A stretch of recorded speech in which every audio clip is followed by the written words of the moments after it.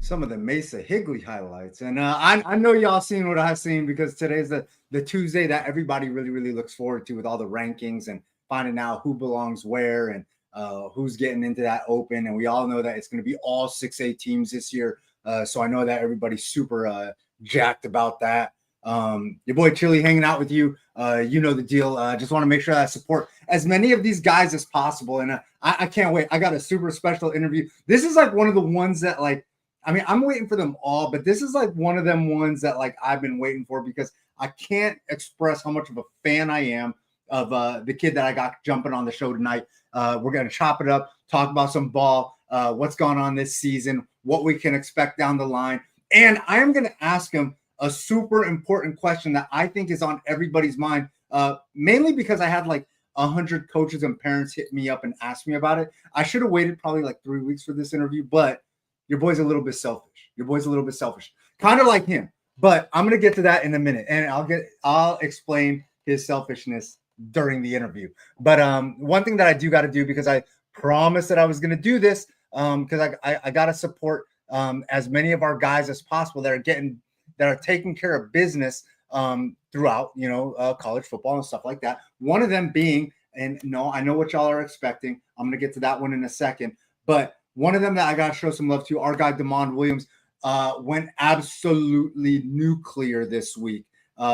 Absolutely went off. I think he had about 500 yards of offense or something like that. Went absolutely crazy. The Washington quarterback, an absolute gem, going to work his way onto that Heisman list, no doubt. And, I'm guessing that, before the end of his college career, we are going to see him hopefully in New York.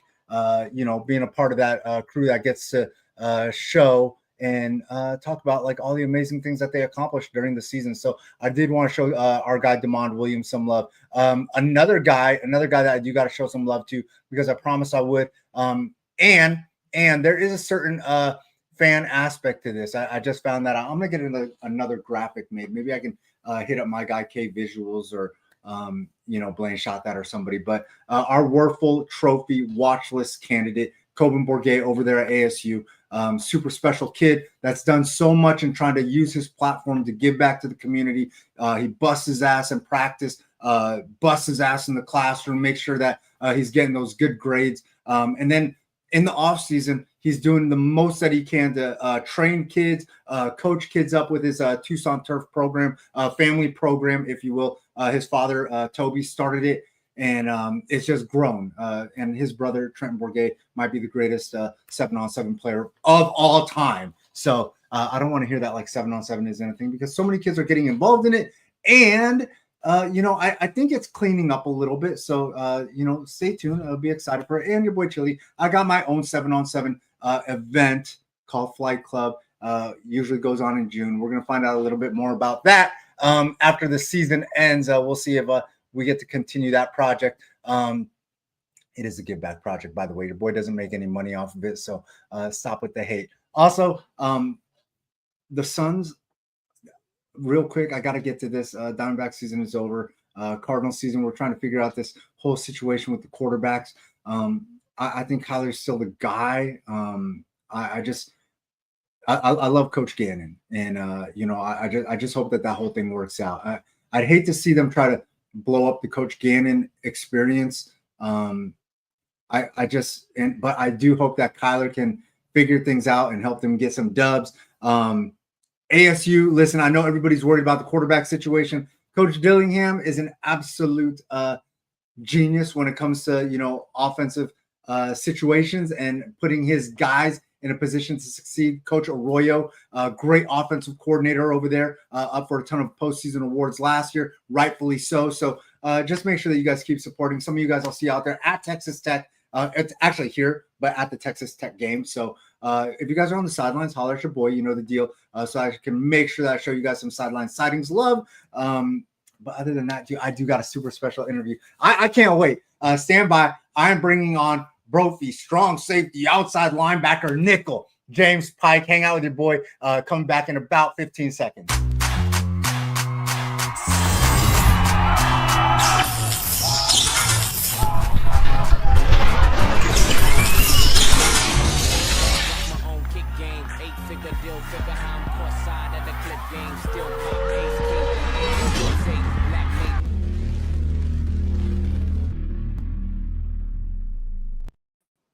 certified problem. James Pike, what's going on, man? How are you doing?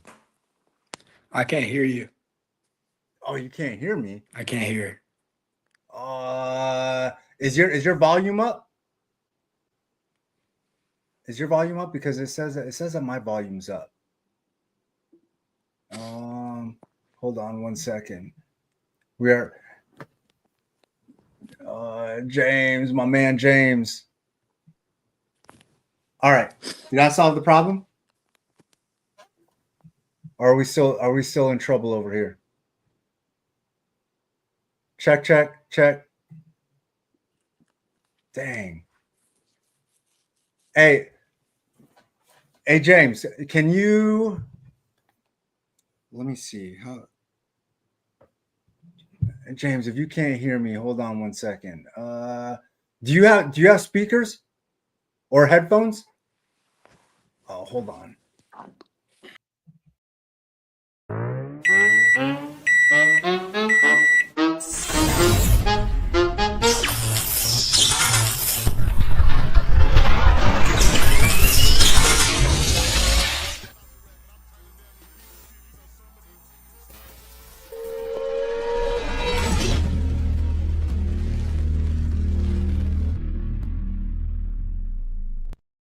All right, I'm gonna have to try to figure out a way to get my guy James to be able to hear me because he said he can't hear me. If there's somebody listening in the chat, please let me know if you can hear me or not because he said that he can't. Hold on. I need to try to figure this thing out and problem solve this. Let's see here. But yeah, all right. So somebody says that they can hear me loud and clear. So I'm not sure what's going on, but I'm going to try to make sure that I can get my guy James back on here. Let me tell him.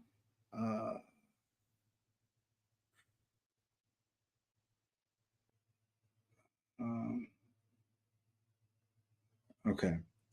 All right. We're gonna see if we can get my guy James back on because okay. Boom. Looks like he just jumped back in the lobby. Hey, James, give me a thumbs up if you can hear me now. Okay. All right. Boom. We're going to bring James back on just like magic. There he is. James, we good? Yes, sir. I got you now. All right. All right. Hey, listen, I got to say, James, real quick, I got to lead in with this. I'm a huge fan of the way that you play the game.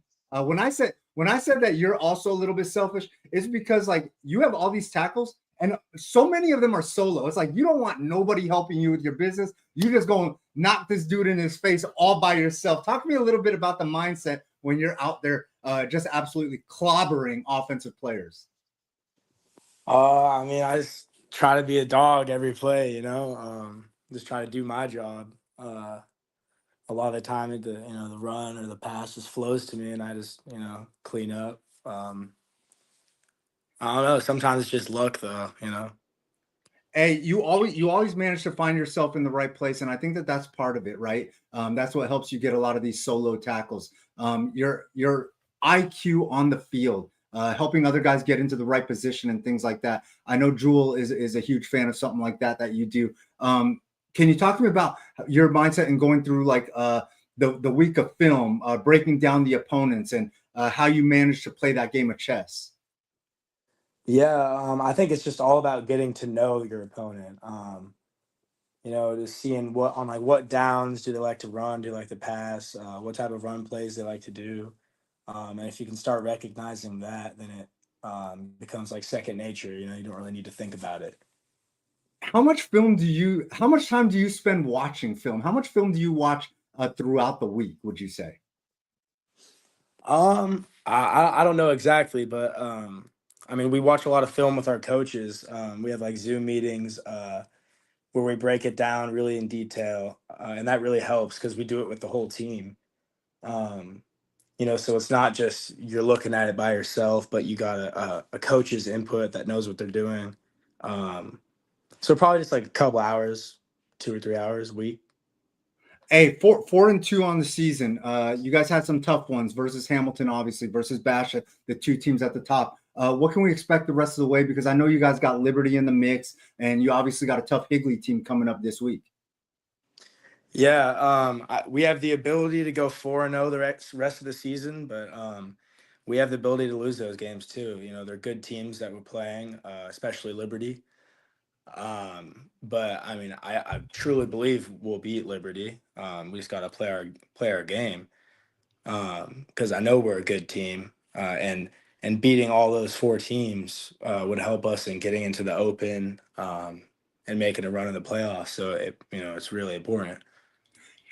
Hey, this class of 2026 at Brophy super special. I've watched you guys since your freshman year. Fitzgerald, Vanden Bosch, Sharper, all you guys. How much does it mean to be able to finish this thing out with your guys in a day and age where there's so many kids transferring out, trying to chase a better situation or a different situation? Yeah, I mean, it's been really special, going to school with them the past 3.5 years. Like, our relationships are so good. We've been like this group, the seniors. We've been together. There hasn't been any transfers coming in, just because of the way our school works. So, like, our bond is just really tight, and so it means a lot. The last ride with all the guys. It's really fun. Yeah, definitely one of the best classes that I got to evaluate. Like I said, since your freshman year, I remember watching you guys play against that tough Chaparral team. I remember watching you guys play another game during the season. I want to say it was like Notre Dame Prep. I can't remember for sure, but super special group of guys. How competitive are you guys? Because I know you yourself, defensive player, defensive back, getting to compete with like Devin Fitzgerald and Case. Like, what is it like in practice? Oh, I mean, it's fun. I know, like, I've known Devin for a while too, and he can get on my nerves a little bit. And in Case, he's always trying to rage bait in practice. Like, Yes. if he's just on the sideline during like scout team, someone messes up, I mess up, he makes sure I know it, and vice versa. It creates a fun environment with all the guys. It it's interesting. Hey, what other ways do you guys compete? Like, is it board games? Are you guys playing that Brawl Stars, some chess? Like, what are you guys doing to compete like away from the field? I think our whole team has a Clash Royale addiction. We've been playing that a lot. That and I it gets love it that. gets pretty heated. It gets For real real? heated. Yeah. Oh yeah. It's Talking competitive. crazy. Yeah. I mean, in the off season, it's like basketball. Uh, Devin Fitzgerald thinks he's good at basketball, but yeah. Hey, I know pickleball is kind of the rage and taking over. Have you expanded into some pickleball? I've dabbled a little bit in pickleball. It's fun. Okay, It's a okay. lot of I'm fun. just I'm just curious because I know Devin swears that he can clean anybody up, and I had a kid, a soccer Hey. player, Carter Caps, tell me that he'll wash everybody on the Brophy football team Yeah. in Don't some listen to pickleball. Devin, man. He can't play.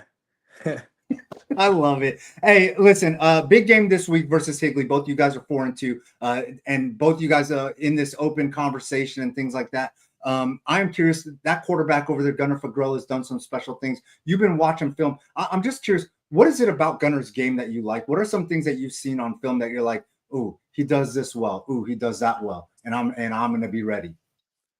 um, I mean, he does a good job at expanding plays. He's accurate, and he can get the job done on his legs too, which is something we got to look out for. He's not just going to stay in the whole pocket the pocket the entire time, because he has the ability to use his legs to extend the play. Okay. Okay. I'm just curious down the line. You already brought it up, Liberty and stuff, and some games like that. But clearly, you guys seem to be one of those teams that's going to be in the open right now, sitting at 5, like everybody else got to see. This open situation is going to give you an opportunity to get some get back. Is that something that you personally are looking forward to versus like Basha and Hamilton? For sure. I mean, just like looking at the film on those games against Hamilton and Basha, it's really like it's just like these little mistakes that we made that were just such big plays. And I think if we like fix those up, I think we really do have a chance, of beating both of those teams. I know we've got the players to do it. Um, we just got to be locked in and ready to go. We got to know that we can beat them, you know? Hey, this is a question that I wanted to ask that I've been asked by so many people. Hamilton Basha, when they play each other, which they will this year, which team that you see as an analyst, if you will, are you like, hey, I think that this team is going to win the regular season game, the regular season matchup? Since you actually played them, the rest of us, look, you're an astronaut. The rest of us are astronomers. Like we weren't in those games. We don't know what they really look like. You actually know. So I'm just curious, like the James Pike studio analyst, since you actually saw those teams close up. I mean, I think it's hard because both those teams, they have, really good receivers, dynamic receivers, and dynamic backs. Both those teams running backs can get it done. I think Basha is just by a little bit. I think the ones That would be the favorite for you. Yeah, okay. They were tough. Okay, all right. Just in that matchup, I'm not saying to win it all. I'm just saying that one regular season matchup. Hey, James, I appreciate you hanging out and stuff, but I got to know. I've been asking people this question because these just came out. Are you a new wave type of guy with these Reese's Pieces Oreos, or are you an old school cat? You got to do it with the original. I've never even seen the Reese's Oreos, what? So I have to say the original. Oh, for Milk's favorite cookie. Hey, I'm gonna tell you right now, you got to try these. I'm a sucker for some peanut butter cups, and I personally dip my Oreos in peanut butter, anyways, and then have some milk on the side. But I just wanted to ask. Last night we asked Ammon Allen, the big fella over there at Ben Franklin, and he was also an original recipe type. But hey, James, I appreciate you hanging out, man. A lot of fun. We got to catch up.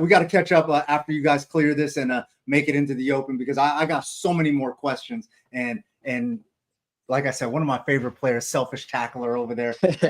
Hey, look, man, you got 46 tackles and 35 of them is by yourself. Like, it's like, hey, Deshaun, mind your business. Let me take care of these guys. Hey, who hits back though? Who's one guy this season that actually hit back that you're like, oh, I felt that one a little bit? Like who I've played?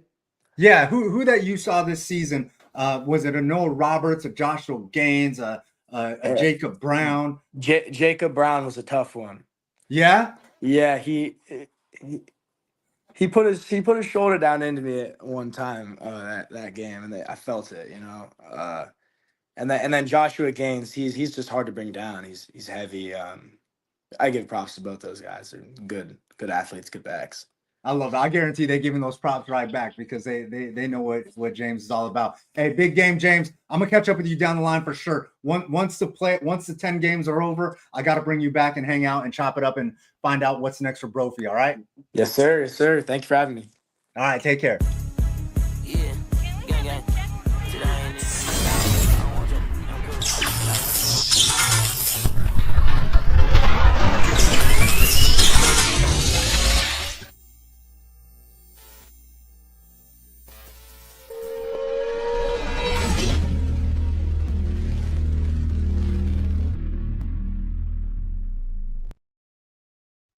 Pike is an absolute monster. I don't think people. I get to see in their last game that they played against Shadow Ridge. I was just trying to pull up the tackles real quick here. He's an absolute problem. Decided not to show them to me right now, so I don't have it yet. But you're right. He had 35 of his 46 solo this season. I'm seeing where he had stingy tackler out there. He was definitely making some plays in that Shadow Ridge game. Yeah, y'all don't get the assist on this one. Julian Ferrari, mind your business. Like, I'm doing this one by myself. Like, I with Devin too. I like that. Dude, I'm telling you right now, like, of all the, and listen, low key, I'm a fan of so many of these kids, a lot of these kids.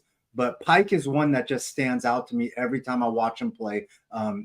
I found it here. He had 5 tackles in the Shadow Ridge game. 4 of them were solo tackles. One for because he's selfish, stingy. He want that all for himself. He don't want to share the That's stats right. with nobody. give me that business. He didn't need help. He can take care of it. No, he can for sure. You see him down the alley, it's all bad. It's nice. But 6 foot 185 senior.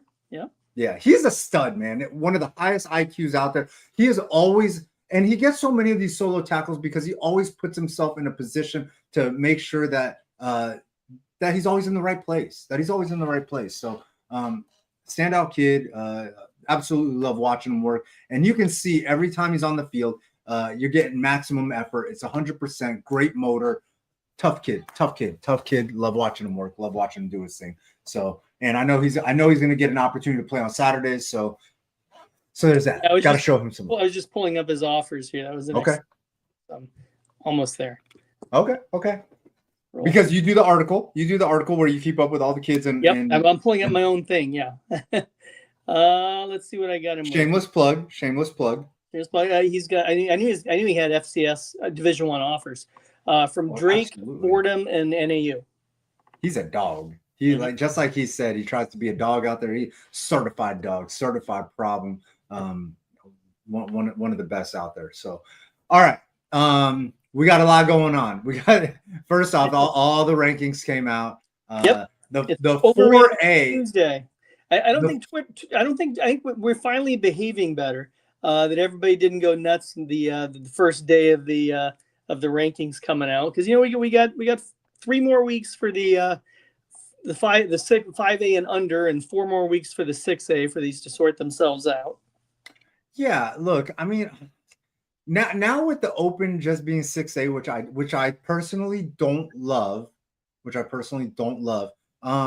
Well, I mean, it is what it is. Last year I agree with you this year that we'd like to see Desert Edge go against those teams. But for sure. Desert Edge's admin made that decision back in January to remain in the 5A, kind of play the Centennial card back in the days when Centennial was 5A and Saguaro was 4A. And they said, we're going to play where they put us. And that's for whatever reason, the AIA decided to only move 1 team up from the 5A, which was crazy. But when they're only going to do it every 2 years, you got to move up more than 1 team, and that was Higley, by the way. Yeah. But you got to move 4 or 5 up if you're really doing this system. I think what's weird is there's now 29 6A teams, right? Right. And so 20 of them will play an 11th game. 20 of them will play an 11th game. Right. Because just to recap or introduce, in case people don't know, the way the playoff system works for the 6A, the top 4 teams will be in the Open, which will be an 8-team Open. Numbers 5 through 12 will play each other for basically what amounts to an open play-in game. And the 4 winners will be the other 4 teams, the 5 through 8 seeds. That will join the top 4 in the 8-team Open. The 4 losers from that will be the top 4 seeds in the 6A bracket. And then the rest of the 6A bracket will be the 13 through the 20 seeds. They will play 1 game, and the 4 winners will move on to be the other 4 seeds in the 6A bracket. Yeah. And this is the first year that they're doing it this way. Yeah. Listen, I just think that,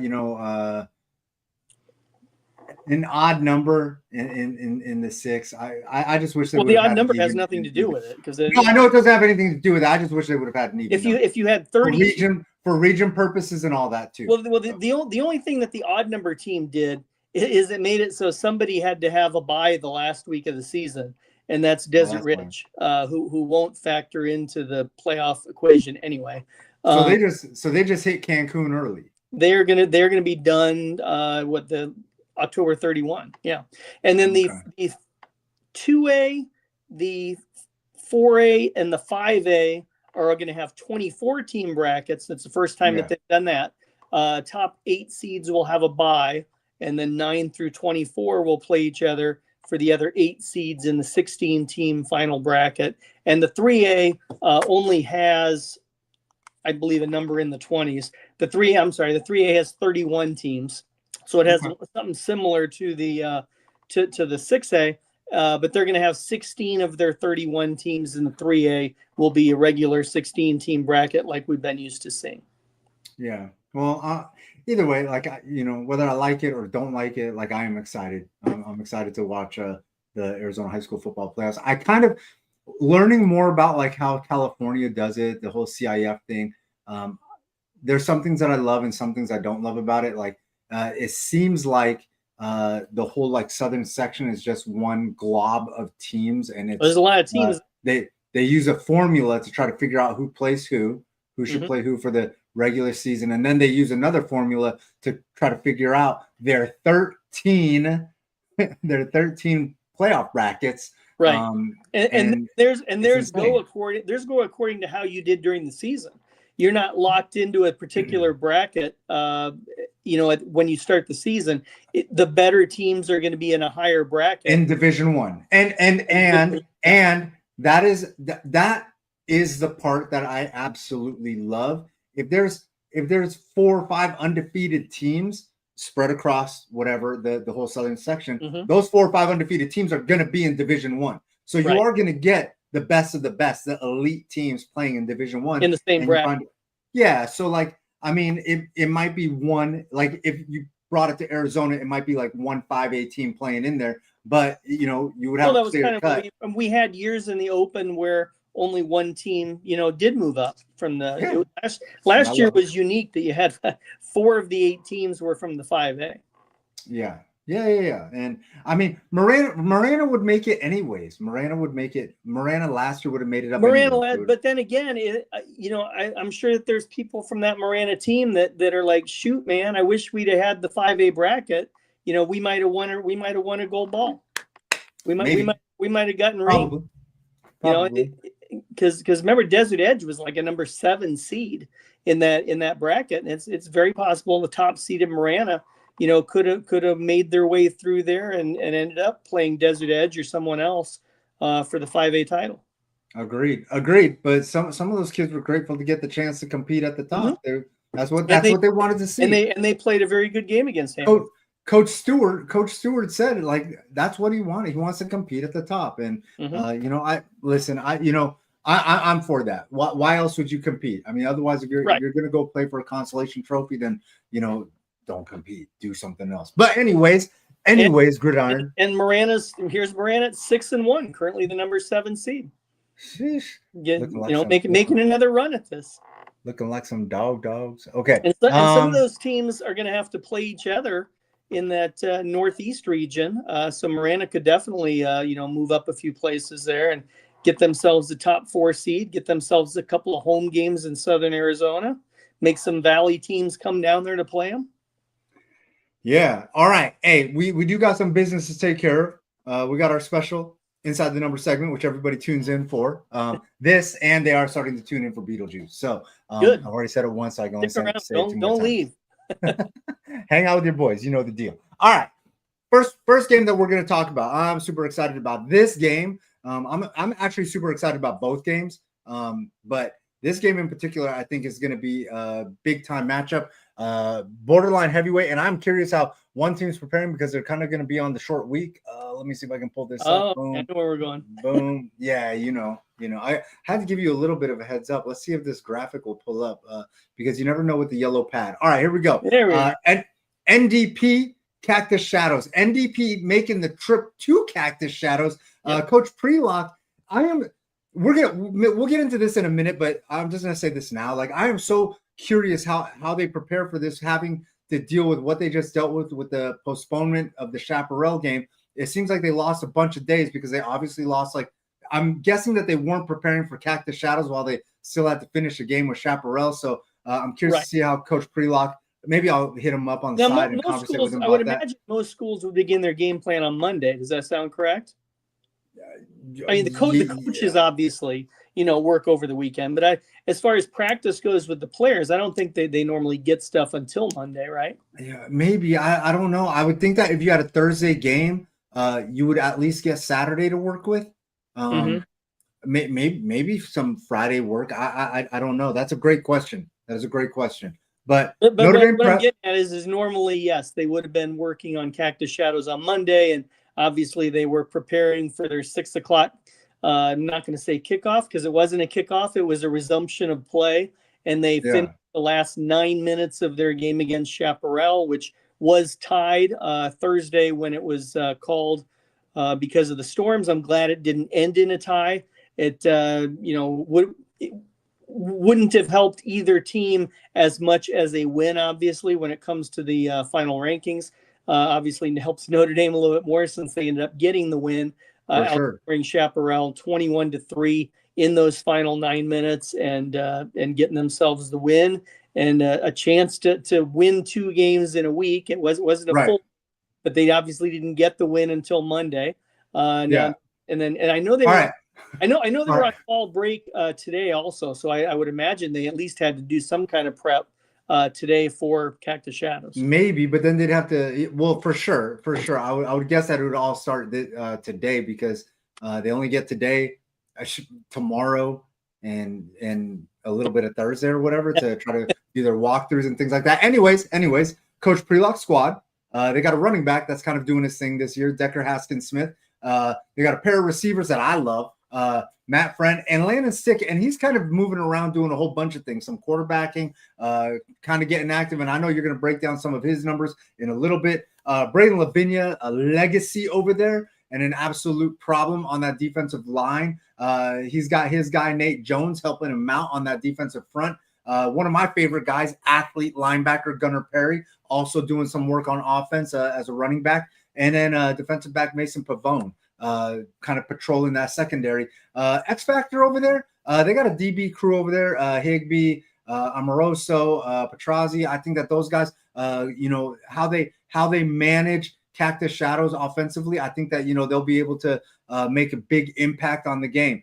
Going to Cactus Shadows, Coach Chris Dixon, an absolute savant on offense. He's got quite the offensive mind, and he unleashes quarterback Donovan Dixon, his kid, one of the most gifted and funnest to watch players that you will see in the state of Arizona, the NAU commit. He's got a tight end, Alex Daphnis, that has done a ton of things, moving around in the backfield and things like that. Wide receiver athlete, Dylan Aspiris, another wide receiver over there, Trey Peck, can absolutely go. A pair of offensive linemen paving the way for Dixon, who is one of the best on his feet.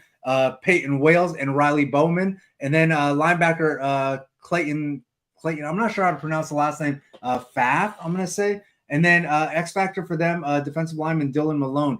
I am not sure about the full health of Cactus Shadows because I've heard that they're kind of beat up and stuff. But these guys right here, I think that Cactus Shadows should be played healing Horizon up. pretty tough, that's for sure. And I think that this team is highly motivated to make sure that they take care of business, especially considering me and you had them highly favored when we were doing preseason predictions.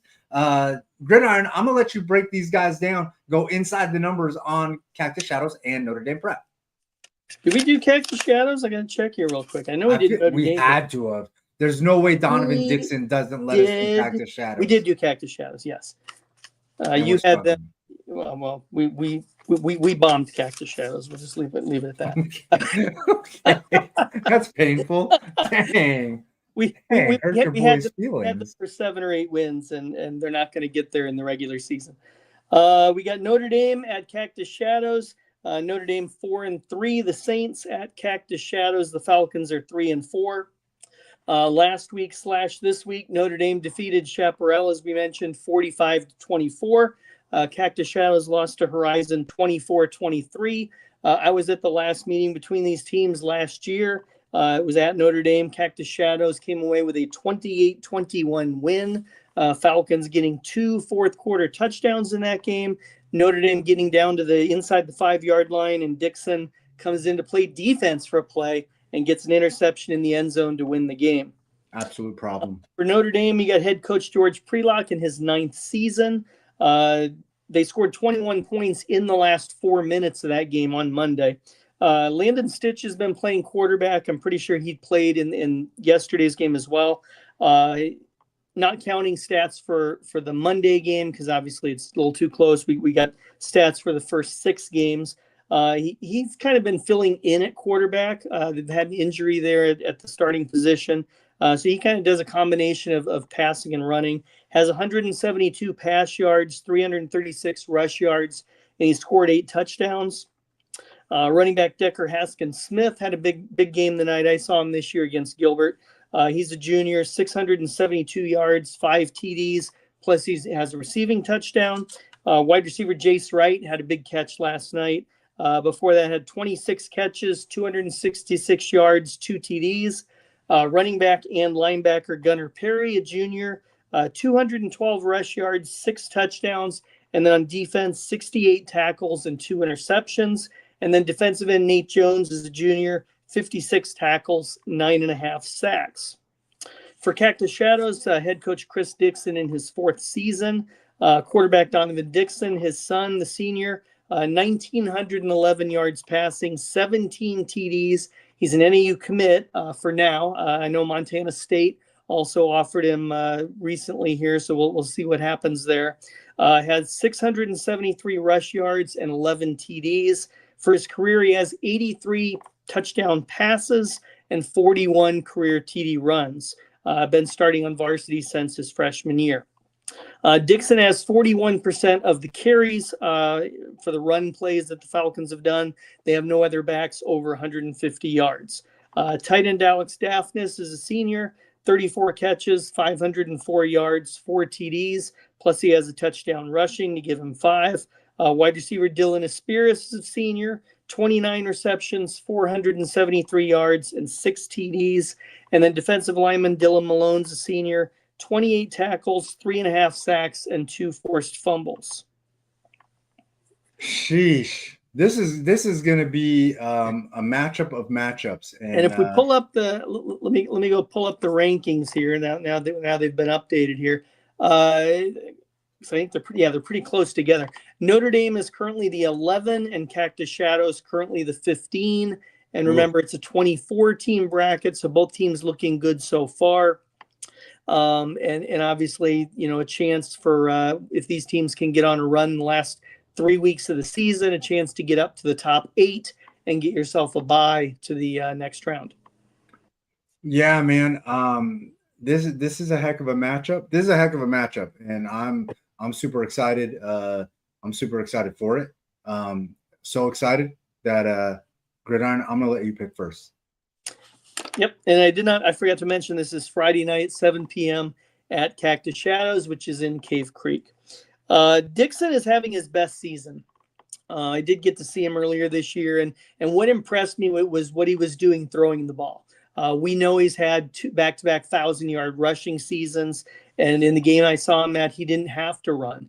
He was getting time to throw and making good passes. He's completed 70% of his passes for the season. He's passing for 273 yards per game, which is by far his best out of his 4 varsity seasons.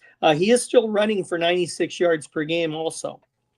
And if I look at Cactus Shadows, their losses this season have come against teams number 1, 4, 5, and 6. So they're 3 and 4.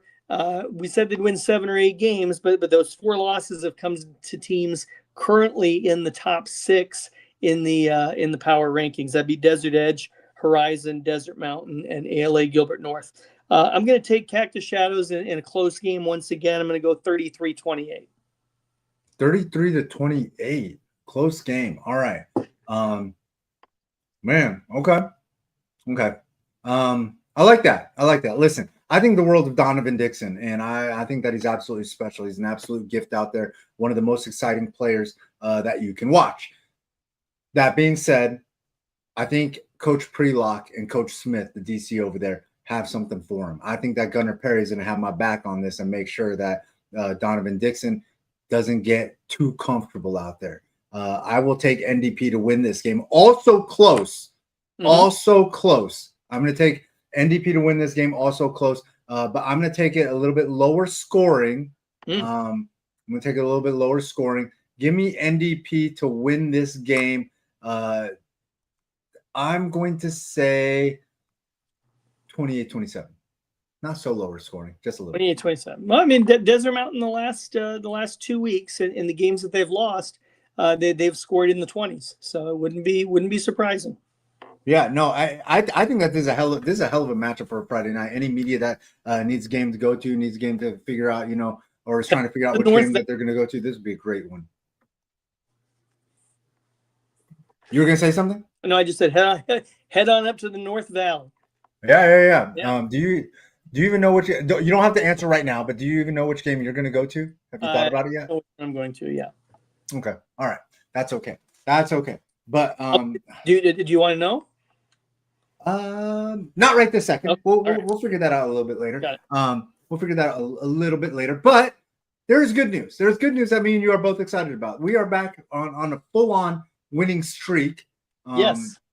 Apologies to the victims, but Centennial will be okay. but our guy got us the Dubski. So shout out to Hudson Dunn, making sure that he took care of us. This week we do got a new inside the number spotlight player of the week that we are going to recognize and show some love to.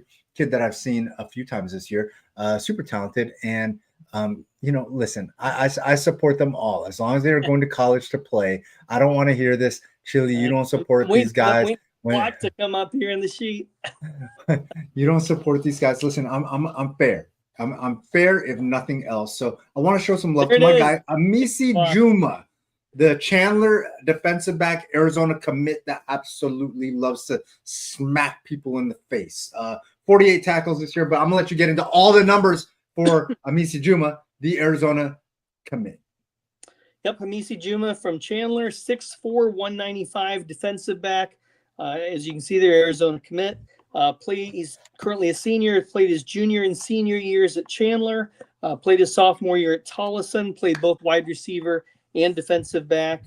This season he has an interception against O'Connor, and as you can see there, 48 tackles. For the stats, also had offers from Louisville and UNLV. Committed to U of A in September of his junior year, so a year ago September. Went on an official visit to Tucson this past June over the summer. Might play wide receiver at U of A. They're looking at him for that position too. He's got that height there at 6'4". It was offered by U of A in the summer after his sophomore year. Chandler is currently 5-1. Taking a look at their schedule for the rest of the way, they will host Valley Vista on Friday night, and then they're at Cesar Chavez, at Pinnacle, and then of course November 7, the big one against Hamilton. So the Battle of Arizona Avenue. Sheesh. Okay, well, Amisi Juma, super talented kid. I've got to watch him. I think I've seen him play twice this year. I And think Chandler's for number 4 in the rankings. Yeah, I'm telling you, Chandler's very, very good. Super impressed with what I've seen from them. And you got to think if they win these next 3 games, regardless of how they do against Hamilton, they'll be ranked high enough to get a top 4 seed. I would think so. Which means they wouldn't have to be in the open play-in game. I would think so. And if they are in the open playoff game, I do not want to be the team across from them because these guys. Chandler means business every time. And I know everybody says that they mean business when they step on the field, but Chandler, unlike anything else. And listen, I got all the respect. Haven't lost to an Arizona team this year either. I watched them last week. And one thing I will say is those guys were excited to beat Perry. They were excited to beat Perry as they should have been. They lost twice to them last year. We broke that game on the show last week, and Chili did pick Chandler. He called me up afterward and told me that. So we give him a win there. Yes, I did. All right, and I needed that one too. But before we get to your current favorite part of the program, one thing Chandler's got a bunch of great excited kids, and some of those kids super excited to get that dub because they've struggled versus this Perry 27 class.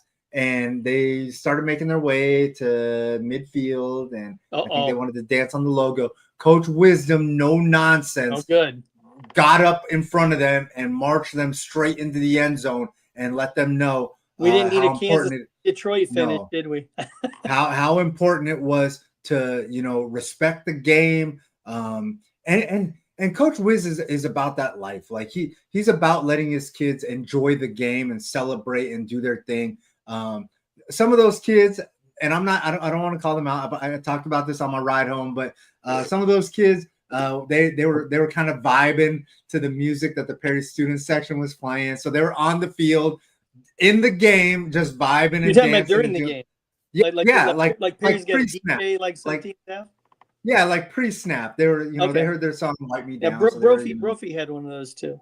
shoulder, chest, The DJ, not the yeah. but they were super hyped and jacked and kind of dancing to the music and enjoying themselves out there. And I don't think Wiz had any problems with that. Wanted his guys to enjoy themselves out there. Yep. But post game did not need Supposed to be extra. fun, right?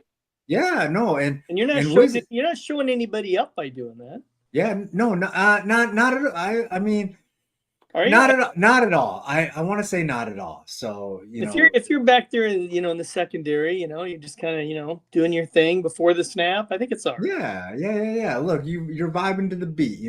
Beatles about that life. And I know that he likes watching his guys, I'm sure he has brothers out there, doing their thing. He likes when Roy Oliver, is brushing that dirt off his shoulders from all the haters and things like that. Who's hating on Oliver? I have no idea. I am just saying that Beetle likes it. The numbers he put up as boys. a freshman last year were impressive as it was. There's no time to be a hater for him. No, he's absolutely killing. All right, your favorite part of the program. Let's go ahead and get to it. The manual standings for our current manual standings are quick recap. Last week we talked about the Chandler game. Arcadia also defeated Mesquite.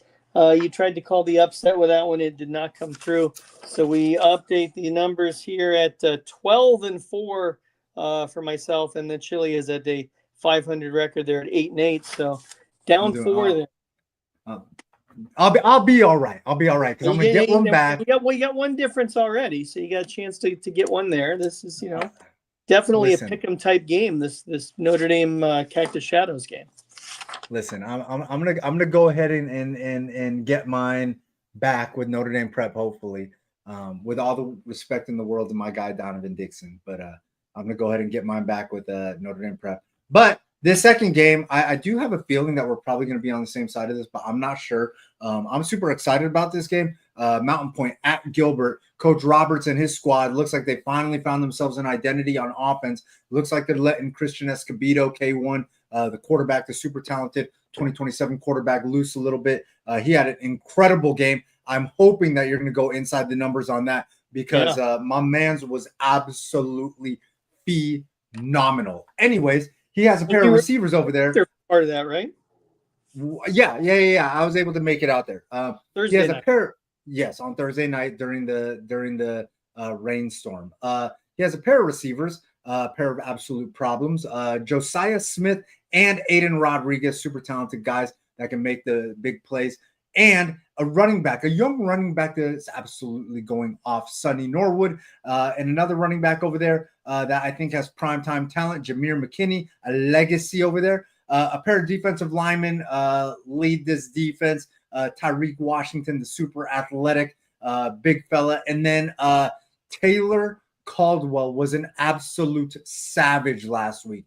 That defense is led overall by linebacker Jalen Coulter, who's absolutely special, a tackling machine. X factor over there, Marley Feli. I think that this kid could make the absolute difference in this game versus Gilbert, being problematic, getting into the backfield, and creating havoc.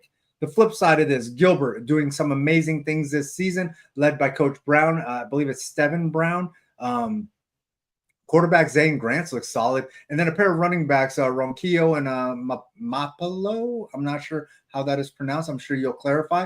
They got a wide receiver, Jonathan Guy, trying to be the guy, trying to let everybody know. And a pair of athletes, Denham Smith and Landon Peterson. Pair of defensive linemen over there, getting to the quarterback, creating problems, getting in those backfield, creating a mess. Andrew Nichols and Jalen King. Linebacker Christian Seeley. And they got an X factor of their own. Linebacker Owen Sherbeck. If this guy can make sure to get K1 Christian Escobedo uncomfortable, it is going to be a long night for Mountain Point, and we are going to see these Gilbert Tigers going crazy. Gridiron, I'm going to let you break this down. Go inside the numbers on this incredible 5A matchup that I think kind of holds the balance for some things. Yeah, I mean, we only got 3 games left in the 5A season. Remember, they wrap up a week before the 6A since they have the 24 team bracket there. We got number 12 on the current rankings. Mountain Point, who's 4-3, at Gilbert, who's also 4-3, number 22 in the rankings. So obviously fighting to try to stay in the top 24. It'll be Friday night, 7 p.m. at Gilbert High. That's at Lindsay and Elliott. Last week, Mountain Point defeated Campo Verde 22-17. Gilbert lost to ALA Gilbert North 49-6. You have to go back to 2017, which was the last year of Norris Vaughn as head coach. The last time these two teams played, and Mountain Point defeated Gilbert in a good one, 33-30. For Mountain Point, head coach John Roberts in his first season with the Pride. Quarterback Christian Escobedo is a junior. Last week, 10 of 11 for 185 yards and 2 touchdowns. So by far his best performance, probably not just of the season, but of his entire varsity career. So I would expect that he'll be the quarterback. They've kind of gone through, I think, 3 different people playing quarterback this year. You got running back Sonny Norwood, who they also like to line up as a wildcat. He might throw it a couple times a game, but he'll usually run when he's back there. Just a freshman, 413 yards, 6 touchdowns, and 1 TD receiving this year. Wide receivers, Josiah Smith is a junior, 22 catches, 304 yards, 2 TDs. And sophomore Aiden Rodriguez, 15 receptions, 306 yards, and 2 touchdowns. On defense, you got linebacker Jalen Coulter, senior, 81 tackles, 9 sacks, 2 fumble recoveries. Defensive lineman Taylor Caldwell, who you also mentioned, a senior, 51 tackles and 8 sacks. So 17 sacks among those 2 guys. And then kicker Francisco Orduno is a senior, one of the best in the state, 8 for 8 in field goals this year with a long of 42. He's an NAU commit. For Gilbert, head coach Steven Brown is in his 2nd season with the Tigers. Quarterback Zane Grant is a senior, 1,579 passing yards, 17 touchdowns. Jonathan Guy, who's an athlete, 272 rushing yards for the senior, 6 touchdowns. And then they also use him to catch the ball, 29 catches, 416 yards, and 6 touchdowns receiving. So that's 12. Plus, he has an interception for a touchdown. That's one of his 3 picks this season. Has a punt return for a touchdown. And he has 3 kickoff returns for touchdowns, giving him a total of 17 touchdowns on the season. So definitely dangerous in special teams. Wide receiver Denham Smith also plays defensive back. 25 catches, 454 yards, 7 touchdowns. Plus he has a TD on defense to give him 8. That's one of his 5 interceptions for Gilbert. Defensive end Jamin King, 22 tackles, 3.5 sacks. And cornerback Landon Pedersen also has 3 interceptions for Gilbert. Is it Pedersen? It's got 2 D's, so I'm going to assume it's Pedersen. Oh, okay. I thought our guy has a typo. I always said Stephen Brown, but his name has 2 N's and 1 E and 1 A. So you're probably right. It's probably Steven. When I talked to him, I just called him Coach Brown. So I didn't have to ask, but it's probably Steven Brown. Hopefully somebody corrects us. Feel free to correct us. I just want to make sure. Listen, I don't want to just make sure I pronounce the kids' names right. I want to make sure that I pronounce the coaches' names right. So let me know if it's Steven or Steven. But either way, doing a great job over there at Gilbert, revitalizing that program. Love what he's been able to do in building his culture and finding the way. It's taken a little bit longer than I expected for Mountain Point to the Pride to come around and figure this thing out offensively. But I definitely liked more of what I was able to see in the short time and what I've seen on film on them. It looks like Coach Roberts putting his fingerprints a little bit more on this offense. For those that don't know, he does have his pedigree is on the offensive side, and I believe he was a former quarterback himself. So I think that he's kind of trying to make sure that there's some continuity and there's an actual pass game involved over there. So Christian Escobedo can make all the throws. And one thing that I think you missed is something that I heard, something that was whispered to me was a perfect quarterback rating for young Escobedo. Not so young anymore because he's a junior now, right? But Right. he was but a wee child when we first saw him, and he burst onto the Well, he scene. hadn't even started high school yet. Was on the Yeah. 7th team that summer. Yeah, as an 8th grader, and Well, which no, was no, am- but he which was amazing. out of school because we were in the summer for. No, but in the spring when the articles first started being written, he was already enrolled at Tolleson, and he Oh, that's right. was He was able to be in part of spring ball, right? yeah. So because he was enrolled at Right. Tolleson, he was able to participate in spring ball. The early enrollee. Yeah, well, because he's part of that Left because you see it all the pandemic time in group. college. Right. But he was part of that pandemic group. So while the pandemic was going on, like his parents made sure that I guess whatever got ahead on classes, things like that, so he could just Everybody was doing it from home anyway that year. So. yeah. Hey, that kid has a super high GPA. I want to say that he's like a 3.8, 4.0, something like that. Like he's the lifeline for anybody that has a question trying to make $1 million. So you know what, Gridiron, I'm gonna let you pick first again, although I think I know which way you're going. By the way, I didn't mention, but Steven Brown, before being at Gilbert, was at Lee Williams. He'd won a Grand Canyon region title with them before coming to the Tigers. And Gilbert has equaled their win total from last year with 4. And Christian Escobedo, a 4.0 student athlete, 3-sport athlete in high school also. That's right, because he runs track, throws the javelin or something like that. Yep. Looking at this game again, Gilbert has given up 40 or more points in 4 straight games. And so I think that's going to become a track meet kind of game. It could go either way. In a game that could go either way, give me the foot of Orduno. I'm going to go 34-31 Pride. 34-31. That means that you better grab your umbrellas. 40. Yeah. Better grab your umbrellas because it sounds like Escobedo might make it rain. I'm gonna join you. I'm gonna join you on that Pride bandwagon right now. I'm gonna join you on that Pride bandwagon right now, and I will take Mountain Point to win this one by a little bit more though. I think that this one's going into the 40s. I'm gonna take Mountain Point to win this one. I'll take them 45 to 35.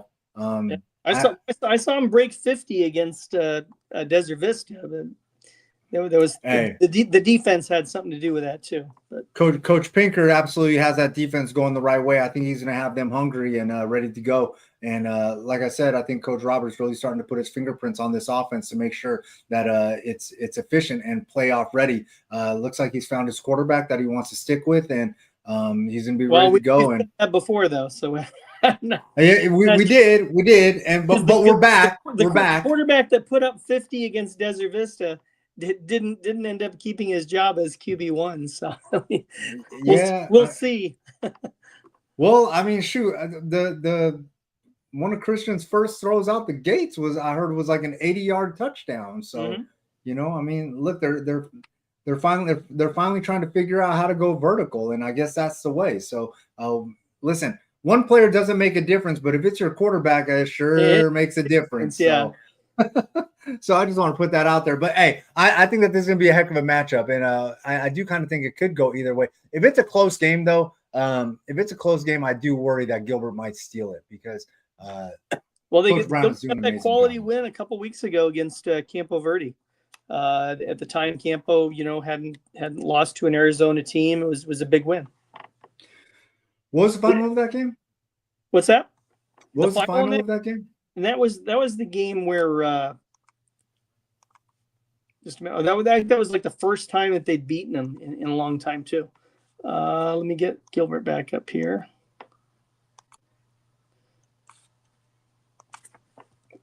It was curious. Let me find it. It was a super high scoring game. I think both teams were in the 40s. I think you're right. It was like 2 weeks ago. 49-46, they defeated Campo. Yeah, because they've given up 40 or more 4 weeks in a row, and they won that one. Sheesh. Okay, this game, yeah. I mean, because they got two-way. They got some two-way guys. We mentioned a few of their guys that have excellent secondary numbers and interceptions and doing receiving yards and rushing yards and other things like that. But when you get to to week 8 here, it takes a little, with no bye weeks in the 5A, it takes a little bit of a toll on your defense, I think. But Mountain Point got some transfers and they're getting healthy. They got Isaiah Simmons, the defensive back, coming back. I think that he's back. They got Mekhi Hodge. Mekhi Hodge. That's what I was going to say. Yeah. And then they got Garrett Blunt Jr., who makes an impact on both sides of the ball. So they're getting healthier. They're getting their transfers in. They're a little bit deeper than they were a couple weeks ago. So this could be kind of interesting, man, to watch Mountain Point make their little run over here. I think that they are going to I think Mountain Point will finish with ALA Gilbert North too. So that'll be if they get to 7-3, that means that they took care of their boy Chili, and I predicted they would win 8 games. So 7-3, I'm still safe. 7-3. Did you say? Because you had them at like 500. Yeah, you're right. You said 8. I think I was in the 6 camp. Yeah. You had them at. They felt hurting myself here by giving them that 5th win, aren't I? they felt super disrespected by what you had to say. So no, I'm going to stick. But you were close. I'm going to stick with that. But you were close. All right. Hey, Gridiron, what game are you going to make your way out to this week? I'll be out at the Battle of Brown Road out in Mesa. We got 6-1 Red Mountain, 5-1 Red Mountain, and 4-2 Mountain View. Both teams, they're ranked 7 and 8 this week. So you kind of get the feeling that the winner of this one will probably get to host one of those open play-in games, and the loser probably going to have to play on the road in one of those open playoff games. Maybe against each other, by the time it sorts itself out. But so we could see 2 Battle of Brown Roads this season, but we definitely have this one. And last year they played a very highly entertaining, high-scoring game. Yes, they did. I was there. 43-38 in favor of Mountain View. So I kind of expect this one to be similar in terms of the scoring, because you got Brady Goodman over there for the Toros. You'll have the second game for Dom Carmigio. Red Mountain put 69 on the board last weekend, so he's certainly assimilated himself well with the offense. His first game eligible last week. Yeah, Carmigiano's special. The Chandler transfer. He's absolutely special, and he's ready to go head-to-head, toe-to-toe with anybody that's willing to step up. And Brady Goodman, not afraid of nobody, not going to back down. No punk in him. Him and Talon Arnett going to be trying to go crazy out there. I can't wait. That's gonna be a great game. A defensive guy doesn't want another 43-38 game, but we'll see. Coach Litton want to turn this thing into a 7-on-7 matchup where it's just constant slinging the ball around and trying to cook defensive backs and things like ball that. To 50, yeah. Hey, Coach Litton, one of the best, an absolute offensive savant. Hey, Gridiron, I think that I am gonna make my way out to probably gonna go try to check out Brophy Higley, and I think this week I'm gonna try to check out. I think I'm gonna try to check out Queen Creek ALA Queen Creek. Oh, Thursday night, yeah. I've heard rumors there's comeback. Somebody might be taking off the putting on Superman out there. I don't know for sure. I'm just hearing the rumors. If it's who you're thinking, I'm hesitant on that one. I don't think so. I'm just hearing the rumors that there could be a phone booth nearby, and somebody might be jumping in and might come out and show what he can do. But if not, I get to check out the young dynamo Sawyer Hales, who's been super impressive. Taking all the reps. So that's the televised game too over there on CW7 Fiesta. Yeah. Week.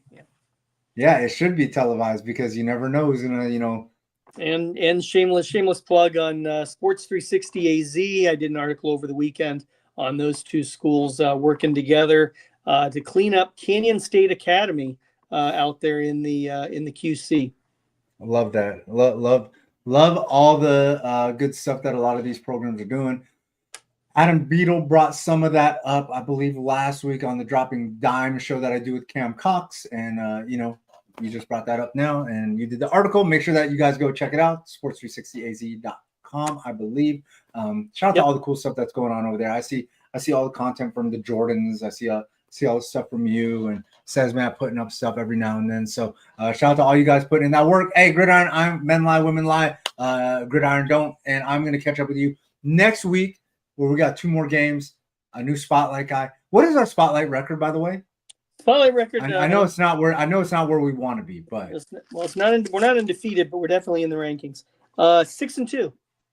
It's like, oh, it's not so bad. I mean, We're fighting to try to stay in that open play-in, right? I had a 2025 Spotlight alum hit me up talking about this year's team would get washed by last year's. I was like, guys, calm down, stop. It's all good.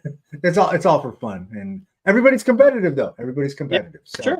There's that. All right, hey Gridiron, I'm gonna catch up with you next week. I appreciate you hanging out. I'm gonna bring my guy Beetlejuice on. Say it one more time. Beetlejuice. Beetlejuice. Yo, man, there's a lot of brothers out there flaking and perking, scared to kick reality.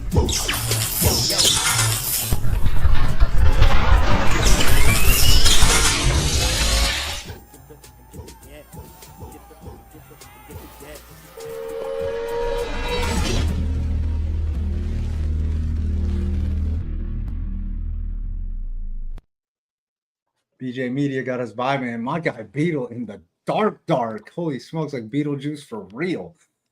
Beetle, what's going on, man? How are you doing? You holding up? Oh, he's struggling. He's having the same issues that my guy Pike had. He has no ears. I can't hear you. Oh man, you got to reconnect. It's all on you. You got to reconnect. I can't hear you. Hold on. Let me boot him. Kick from studio. Kick guess. All right. I'm gonna let my guy Beetle reconnect and figure that situation out.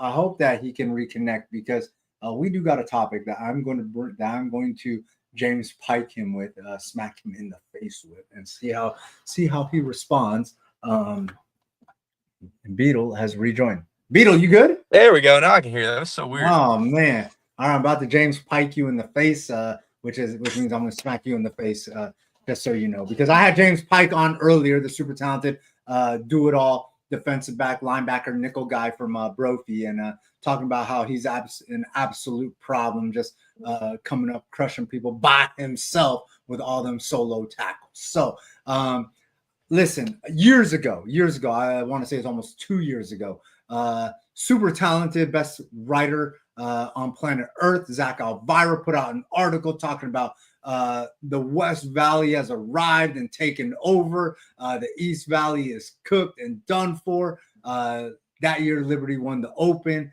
and it was really tough to argue. And then last year, obviously, Liberty won the Open, and it was Liberty, Centennial, Desert Edge, just kind of clean sweeping that thing. Beetle, is that still the case? Because I'm looking at these rankings, and that would not appear to be the case. So here's how I look at it, right? Obviously, if anybody were to say that the West Side wasn't the king last year, they'd be wrong, because they absolutely were, right? Desert Edge getting it done, Centennial getting it done, Liberty getting it done, right? That is the truth. The West Side was the king of last season. I think when we look at how much the sport has changed over the last couple of years, when we look at, where we were in high school football way before I was born to where we are Arizona high school football heading to where we are now, right? I think we got to look at this as a decade by decade sort of thing. So with that being said, the way I view this is looking in between 2020 to 2030 and saying that the East Valley has won an Open championship in 2020, 2021, technically, right? Saguaro, we counting Saguaro and East Valley School? Yeah, for sure. 2022 Basha, and then 2023 and 2024 Liberty, which means that the score is 3-2. Okay. So I think we have an opportunity here where the East Valley can take its next jump, take its step up, and or the West Side could tie it up in the Big 2-5. Okay. So for you, it's quantity. Now it's quality, not quantity. It doesn't matter the volume of teams one side produces in these playoffs. It's whoever gets that proverbial chip. That's what really matters. Well, yeah, I mean, it's so hard because I know I have talked to, and I speak of this because I've talked to many people who there are many coaches who, I will remain obvious, that believe, if you don't make the open division, right, then everything else is kind of just like a second place. You get what I'm saying? So that I guess would I be would hear you. would be the argument for that. But I would have to go back and do the math, and I didn't do that. Figure out how much each, I think I could go on a limb and say the East Valley has won more state championships from 2020 to 2025 than the West Valley. Just off the Okay. top of my head without like thinking about it too deeply. Okay. Because this conversation, it is going to come up sooner or later.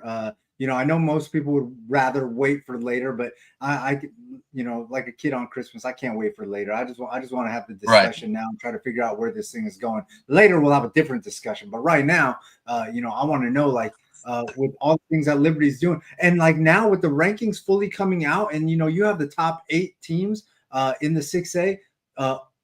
Only one of those is West Valley. I don't know if the West Valley claims Pinnacle, and I don't know if we draw the lines still where Brophy is considered West Valley or whatever, but only one of those teams is really considered West Valley, and that is Liberty, the back-to-back champions who are building this juggernaut program still, and still haven't lost to an Arizona team.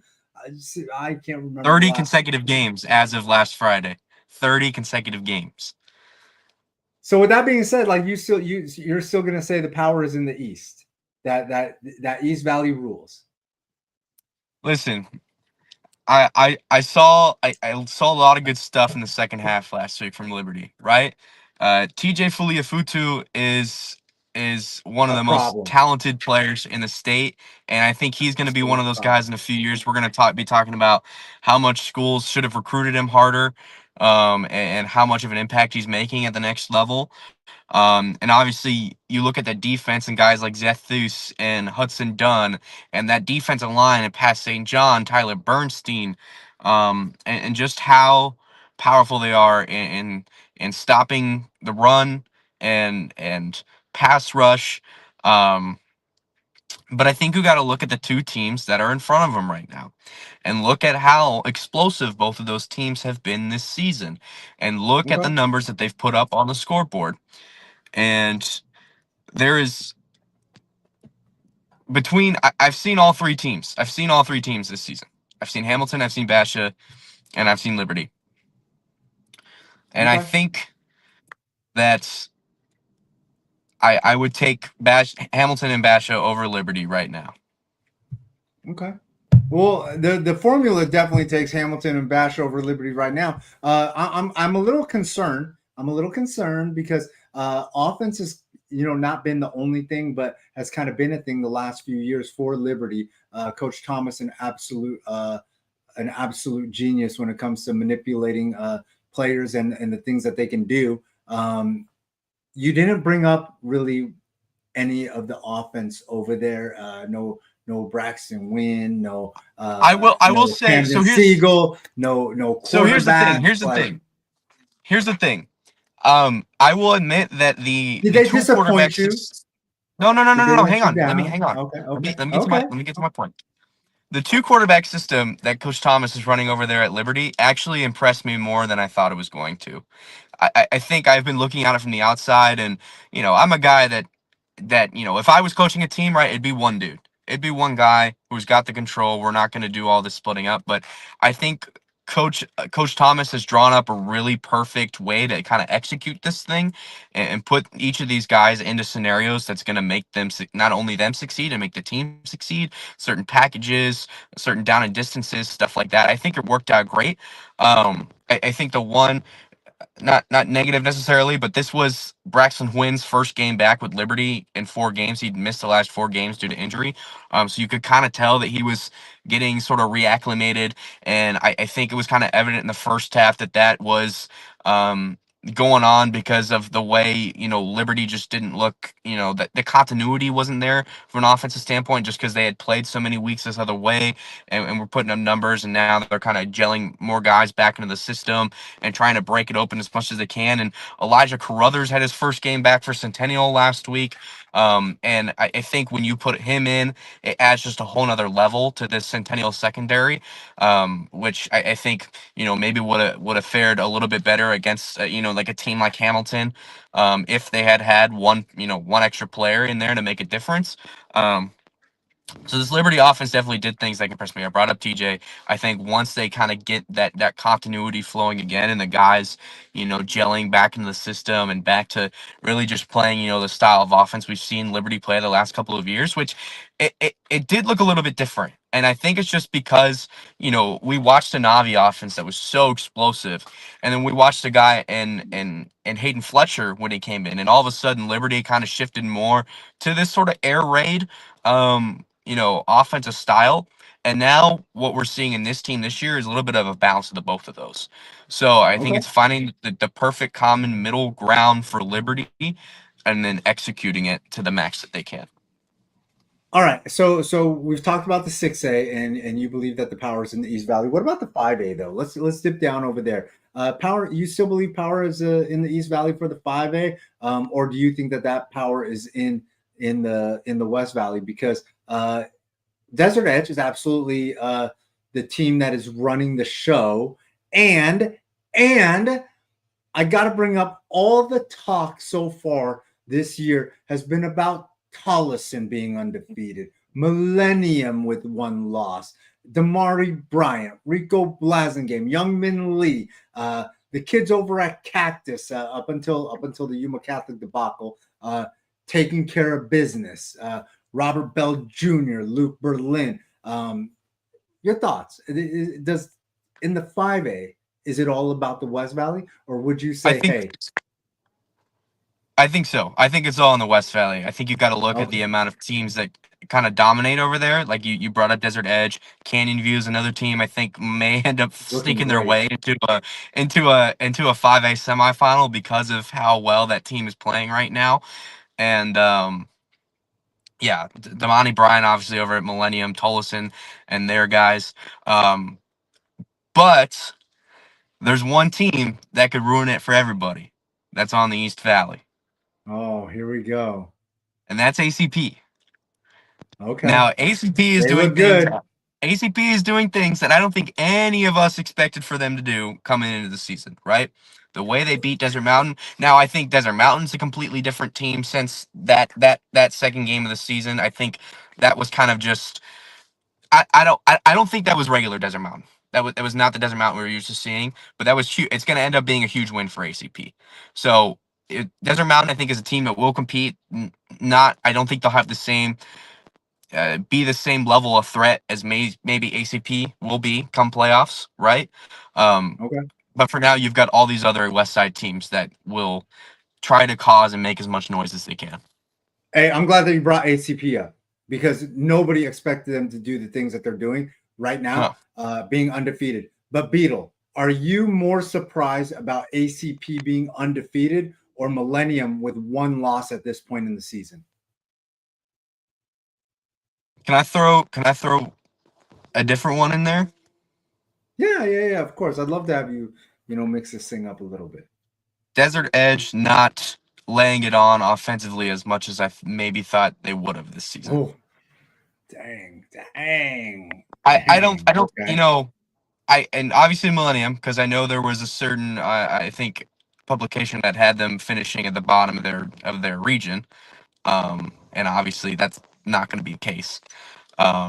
So Sheesh, that was tough. I mean, they're all big things. Like ACP didn't expect that, Millennium didn't expect that, and I think for me, not seeing Desert Edge score,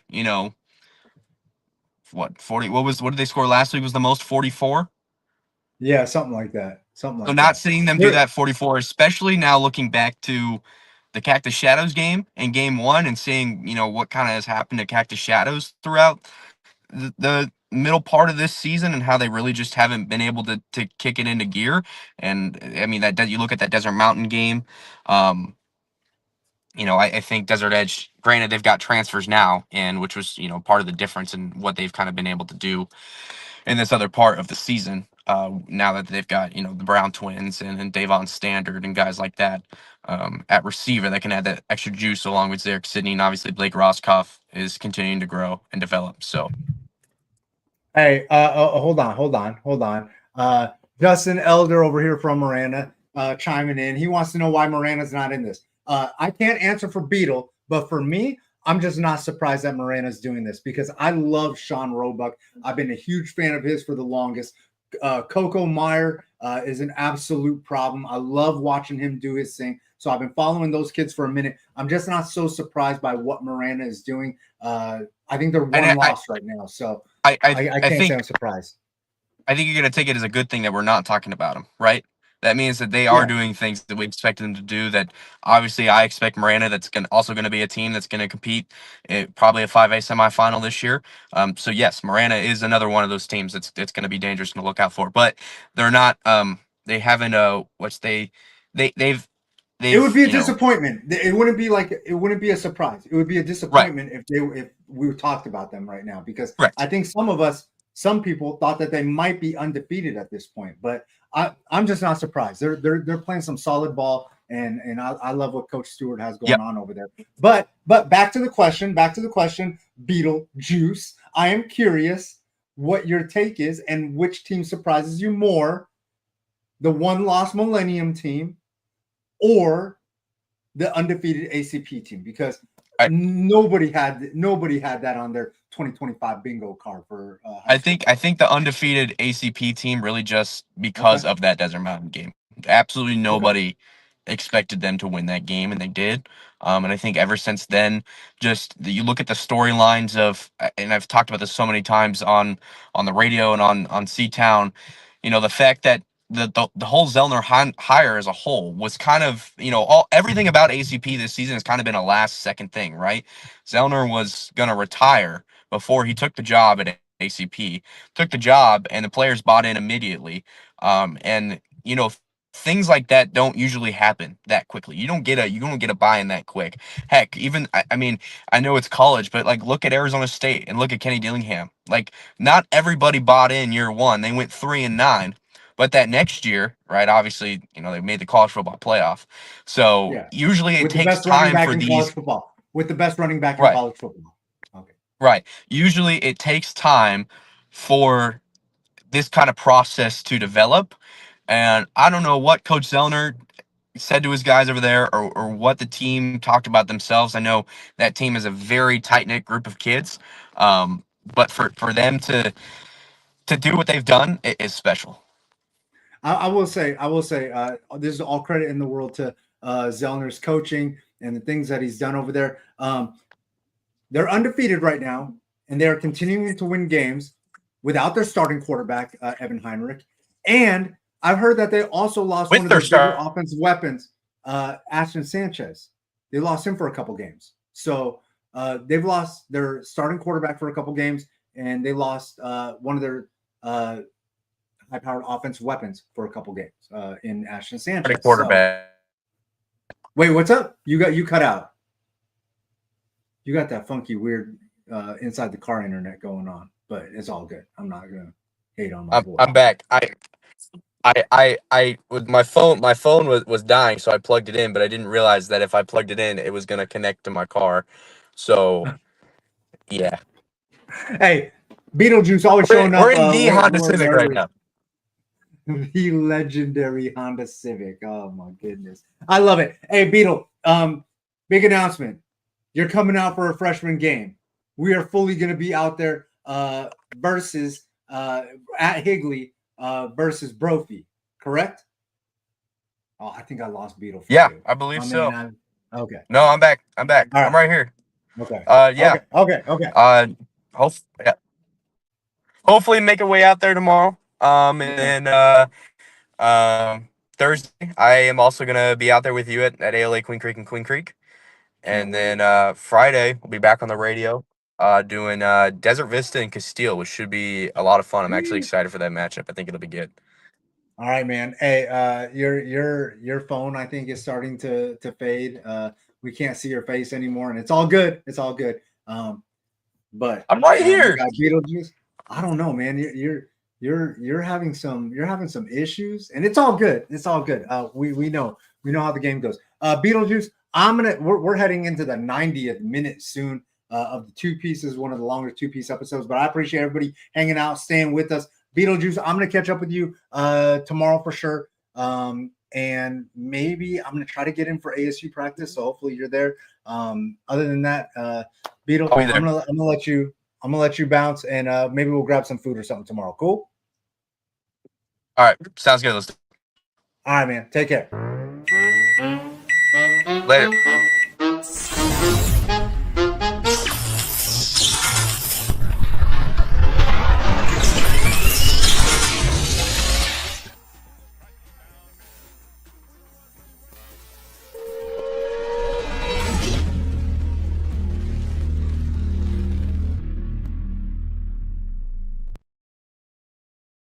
All right, listen, I brought it up.